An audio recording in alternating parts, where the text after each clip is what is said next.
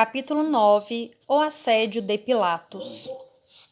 Tão logo conhecer os integrantes da família Lentulus, o governador romano se deixou encantar pela beleza simples da esposa do senador, acostumado a conquistas fáceis.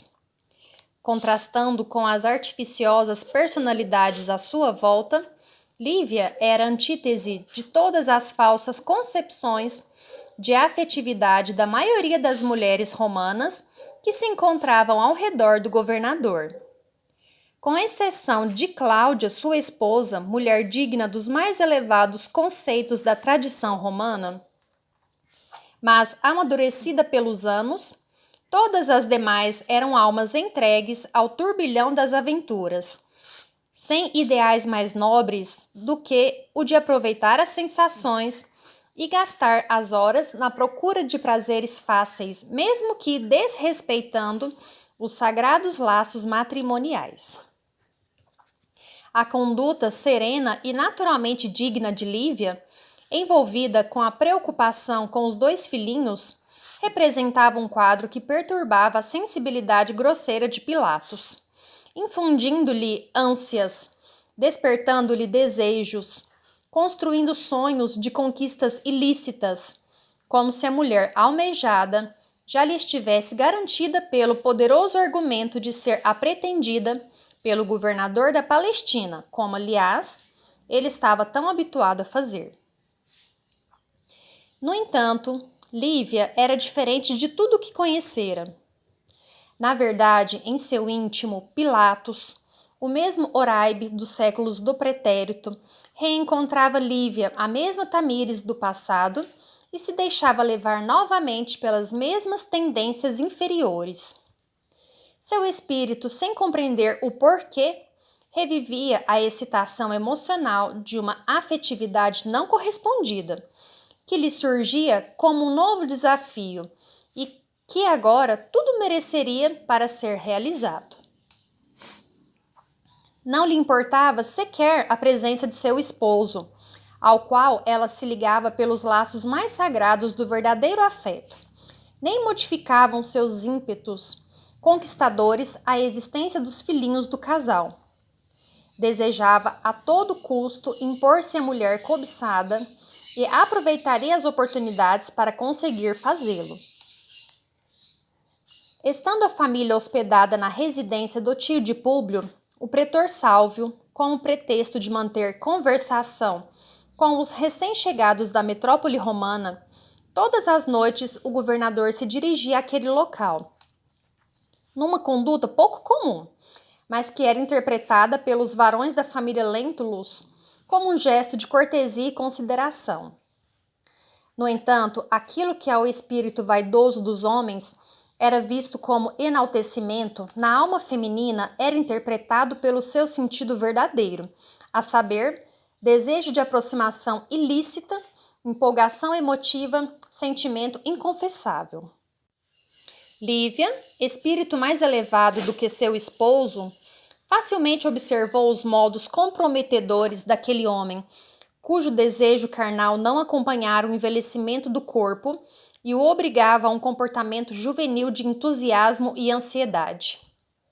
Vendo-se no centro do furacão emotivo de Pilatos, mais e mais Lívia se recolhia a uma posição secundária, evitando sempre permanecer muito tempo na companhia dos homens, usando como escusa a necessidade de cuidados da filhinha Flávia. Assim como Lívia percebera as intenções do governador, outra mulher, essa bem acostumada às cadências da paixão desregrada, também notara a excitação daquele governador, e o que era pior, que tal empolgação não era dirigida a ela, e sim à recém-chegada. Tratava-se de Fúlvia, a alma rude e mesquinha que se permitia a devassidão nas câmaras íntimas do governador, desprezando o respeito que devia à sua própria irmã, esposa de Pilatos.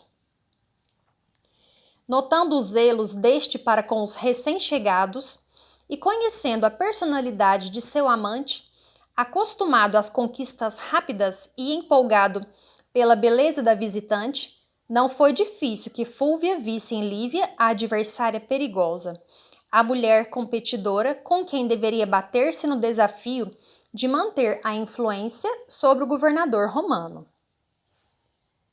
Pensava Fúlvia que todas as mulheres eram como ela, acostumada a ver o mundo por sua ótica depravada e oportunista.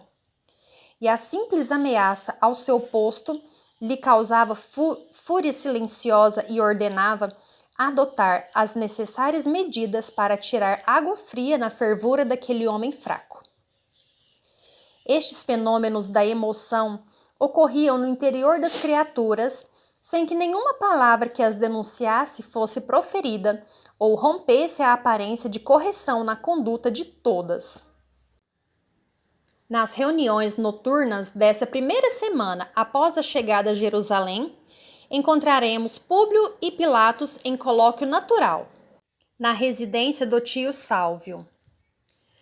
Pois então, nobre senador, observando mais detidamente toda a documentação oficial que César me remeteu por seu intermédio, percebo o peso de atribuições vastas que foram conferidas aos seus ombros e que apontam naturalmente para uma consideração especial do trono e um enaltecimento da capacidade do romano que dela foi digno. Falou Pilatos adocicado. Nosso imperador é homem generoso e necessitado de controlar um vasto domínio. Para isso, conta apenas com homens que lhe possam ser olhos e ouvidos, recolhendo informações e levando-lhe os quadros que a ele pareçam importantes serem conhecidos. Não se trata de excessiva capacidade dos eleitos. Trata-se apenas de tarefa grande demais e de ferramentas limitadas para realizá-la, respondeu Públio, tentando retirar de si mesmo a atenção que Pilatos mencionara. Sim, é verdade que a obra é grande. Vastos são os domínios. Todavia, Tibério já possui por aqui os que administram em seu nome e lhe prestam contas constantemente de tudo quanto seja importante para os atos de governo central. Falou o governador, tocando em um assunto delicado para todos. Se enviou o romano tão importante com tão amplos poderes, é porque está pretendendo saber mais do que tem sido informado, num gesto que se aproxima da desconfiança ou do julgamento a priorístico de inidoneidade. Não penso assim, Pilatos. O imperador tem em alto grau de consideração a todos os que mantêm nos cargos administrativos em seu nome. Eis que, se não fossem dignos de confiança, já os teria substituído. Ocorre que, como falei, muito amplos são os domínios, e se um procurador como você é responsável por um trecho limitado do império e sobre ele precisa manter uma rede de soldados e informantes que o possibilitem exercer o domínio e conhecer os principais fatos, imagine, Tibério, como deve ser difícil administrar à distância sem maiores informações que os relatórios parciais que lhe chegam de todos os governantes. Sim, isso é verdade, falou Pilatos, algo mais sereno, para não denunciar aos olhos de todos os seus receios mais íntimos. E por falarmos em preocupações imperiais, pelo conteúdo dos documentos, observo que nosso imperador colocou à sua disposição uma centúria para que a comandasse pessoalmente sem minha interferência direta. Tal comentário de Pilatos era uma referência ao teor dos papéis oficiais que lhe haviam chegado às mãos, mas que no fundo representavam um desprestígio à sua autoridade, acostumada a ser a última instância nas questões que lhe eram afetas. Agora, com a chegada de Públio, vira-se apequenado pela coexistência com alguém que, se não tinha função de exercer o governo da Palestina, tinha, no fundo, a tarefa de avaliá-lo, de fiscalizá-lo, de investigá-lo com amplos poderes.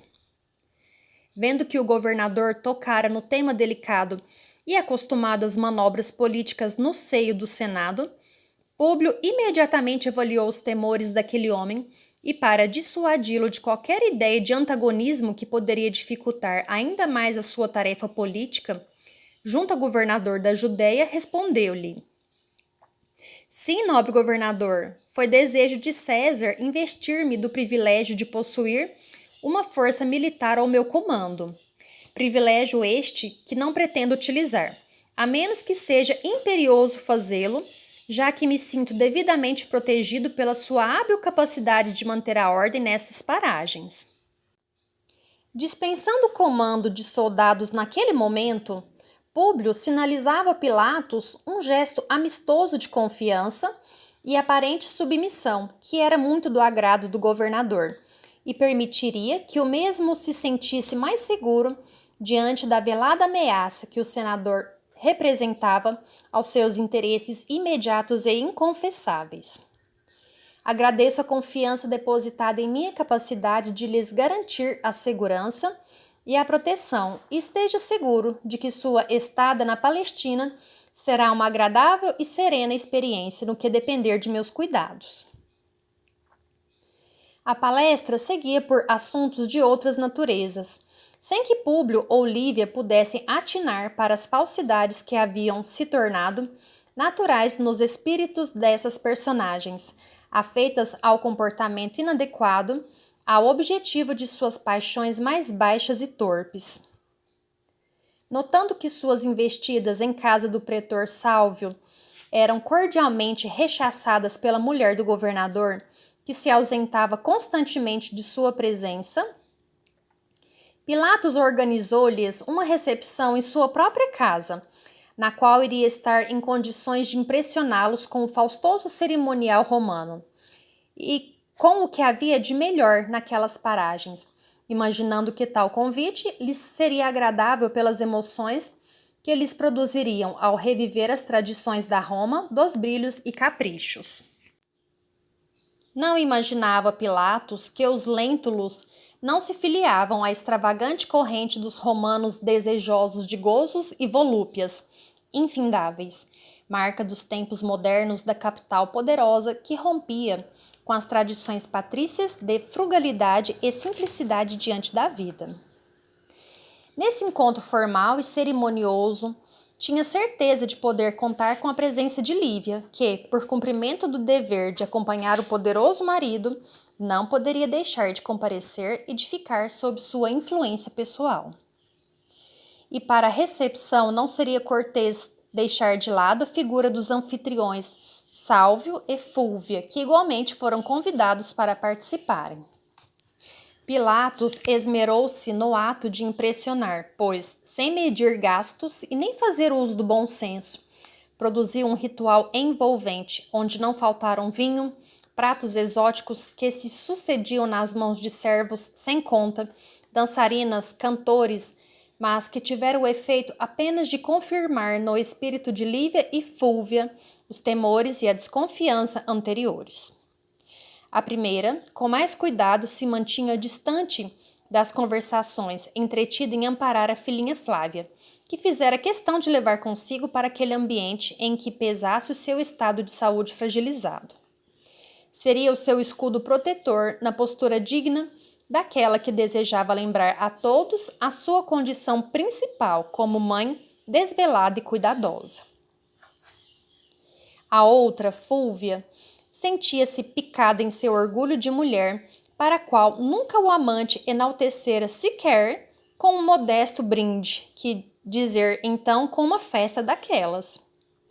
O espírito invejoso e ciumento de Fúlvia se mantinha armado para somar todas as contrariedades e depois cobrar-lhes o preço que acreditasse justo. Nesse ambiente, as conversas envolviam também o homem de confiança de Pilatos, o seu braço direito nas negociatas comerciais, com as quais ia se enriquecendo o lictor Sulpício Tarquinius. E das conversações que se seguiam durante o repasto, ouviu Públio a menção de Sulpício à figura de Jesus, relatando os feitos do novo profeta que surgira entre os miseráveis, fazendo-o com esmerado requinte de detalhes, inclusive mencionando os casos específicos em que romanos se aproximaram do taumaturgo e conseguiram obter curas impressionantes. Pilatos escutava sem nenhuma empolgação, acostumado que se achava. Já há pelo menos 6 anos no exercício do governo da Judéia, com o misticismo daquele povo estranho e extremamente religioso. Lívia, Públio e Flávia escutavam igualmente a conversação, mas com outros ouvidos. Guardavam as informações do lictor Sulpício como notícia importante e digna de nota. Públio, porque pela primeira vez escutava pessoalmente o relato sobre aquele homem, cuja existência tanto interessava Tibério, por quem fora incumbido de averiguar sigilosamente sobre a verdade dos boatos, que chegavam a Roma e a Capri e que envolviam Jesus. Lívia, por possuir um espírito sensível, era passível de ser tocada por todos os exemplos de nobreza e elevação, já que seu espírito elevado se afinizava facilmente com as coisas belas e nobres, ao mesmo tempo em que pensava na saúde de sua filhinha. Flávia, a pequenina criança doente e sofredora, escutava na sua inocência a menção àquele homem santo e poderoso, que curava os doentes e que era chamado de profeta pelo povo. Instigado por comentários de Pilatos que levava o assunto adiante, Sulpício seguia descrevendo os fatos, afirmando que o referido homem especial estava vivendo nas proximidades do lago de Genezaré, ao norte, em pequena comunidade conhecida como Cafarnaum, na região da Galileia, sua terra natal. E para culminar sua narrativa, relatou o caso do centurião romano que apresentara a Jesus o filho enfermo e desfalecido às portas da morte, e que fora revivido pelo simples toque das mãos do profeta, como que por um milagre diante de todos os presentes. A palavra do homem de confiança de Pilatos era envolvente e temperada pela vivacidade daquele que presenciou muitos fatos e que fala do que efetivamente pôde constatar, principalmente por não ser um dos seguidores daquele profeta tão diferente dos outros. Se tratasse de um testemunho comprometido pela simpatia do depoente pela causa em questão, tal relato seria tomado com cuidado, por não representar com isenção a realidade dos fatos. Todavia, vinha da boca de um romano, que continuava romano na sua essência, ainda que subalterno e sem projeção na sociedade patrícia e nobre, onde a estirpe representava cartão de visitas e prenúncio de respeito e confiabilidade. Ele havia visto e escutado Jesus junto à multidão dos sofredores de Cafarnaum e se impressionara com aquela majestosa simplicidade que, sem qualquer atavio, dominava os ouvintes que permaneciam em silêncio para escutá-lo. Assim, Públio começava a receber informes importantes para sua segunda missão, aquela não declarada, graças à qual iria confidenciar a Tibério sobre a existência real daquele homem lendário e que se encontrava entre as esperanças do imperador para obter a melhoria física e cura para seus males crônicos. Naquela noite, pretendendo estabelecer moradia na província oriental, mas longe dos olhos do governador, atendendo às sugestões de Pilatos, Públio havia elegido a Galileia como local para sua fixação naquelas paragens, já que não pretendia permanecer hospedado na casa de seu tio e de sua perigosa mulher, cuja conduta coleante e frouxa já houvera sido também percebido por Públio. E em que pese ter optado por Nazaré, acatando sugestões de Pilatos que, com isso, pretendia manter o senador e sua esposa em região na qual também tinha residência particular, no íntimo do senador surgia a ideia de transferir-se para as proximidades do profeta, já que tinha uma missão do imperador a cumprir. Quanto mais rápido o fizesse, mais rapidamente se desincumbiria da tarefa e poderia atender aos anseios de César. Naquele dia, depois do jantar, os fatos desencadeariam efeitos que acabariam por levá-lo efetivamente a escolher Cafarnaum como refúgio distante. Assim é que, depois do repasto farto e cansativo, os convidados foram aos jardins da residência senhorial desfrutar a noite fresca, seguindo aos pares como mandava a tradição, ficando Públio com Cláudia, a anfitriã, Pilatos com Lívia e Sulpício acompanhando Fúlvia, cujo marido se apartara do grupo atendendo a seus desejos estéticos junto a obras artísticas que ornamentavam a residência do governador. Cláudia se mantinha na posição de mulher nobre e agradável, cumpridora de seus deveres sociais e familiares, na antítese do marido que esposara.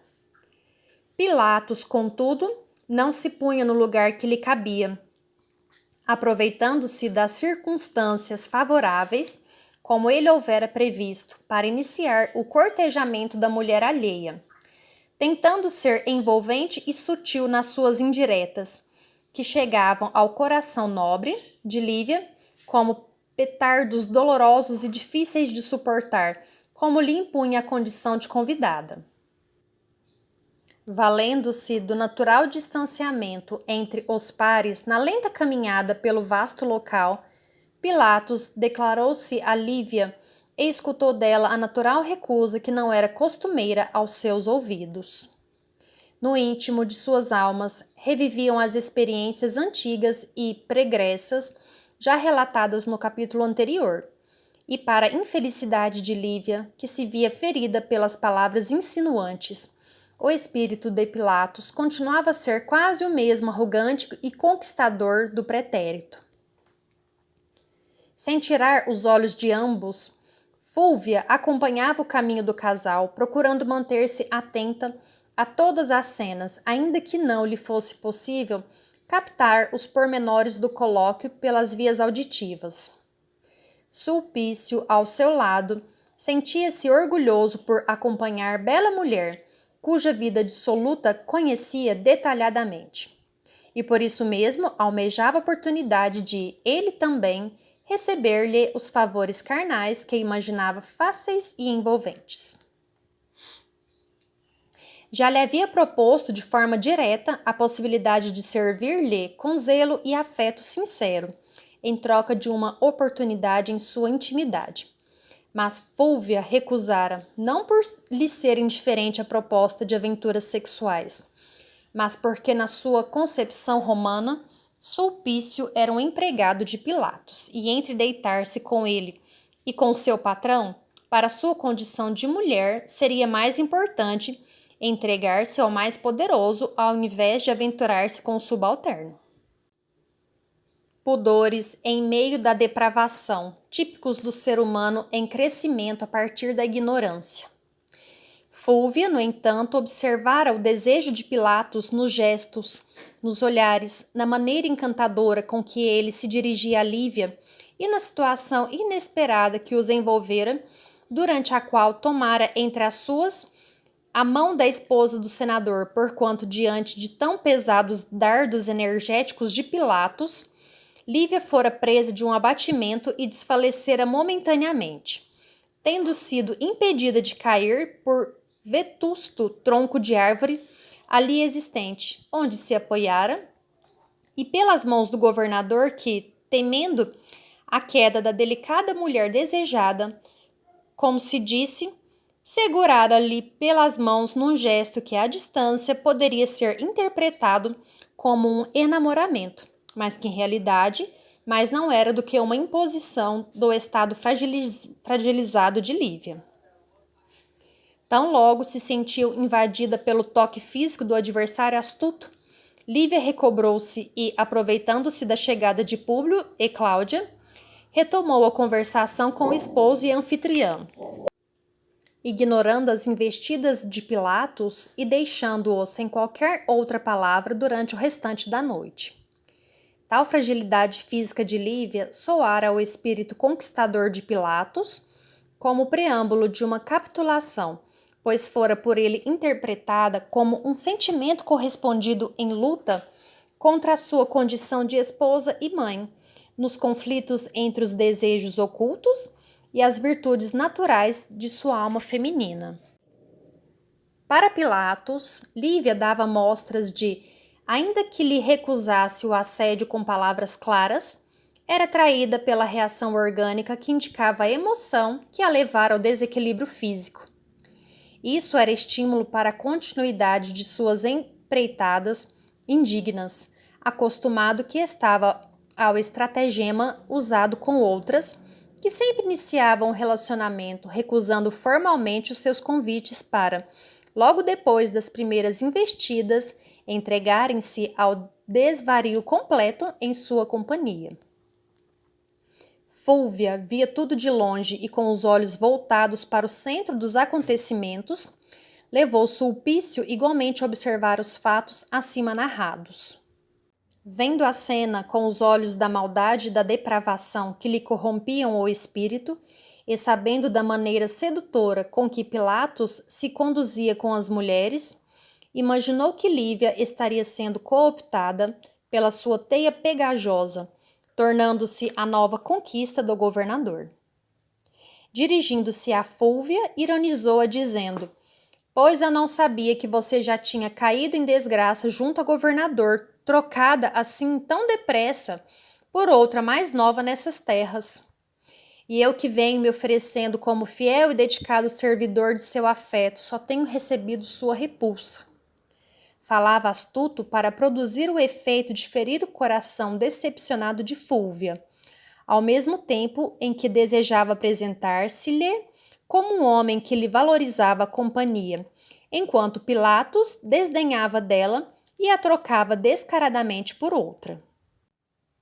Ferida, Fúlvia se deixou enredar pelas teias inferiores, onde seu espírito chafurdava naturalmente, prometendo-se ao lictor se ele a ajudasse a afastar Públio e Lívia de Pilatos, ao mesmo tempo em que, no momento oportuno, semearia no espírito do senador a venenosa desconfiança com relação à esposa fiel e devotada.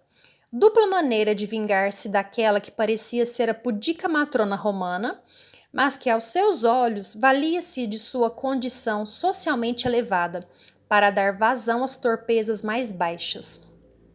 Ali realizaram o pacto trevoso que custaria muito aos seus espíritos por séculos e séculos do futuro, na recuperação efetiva de suas quedas fragorosas.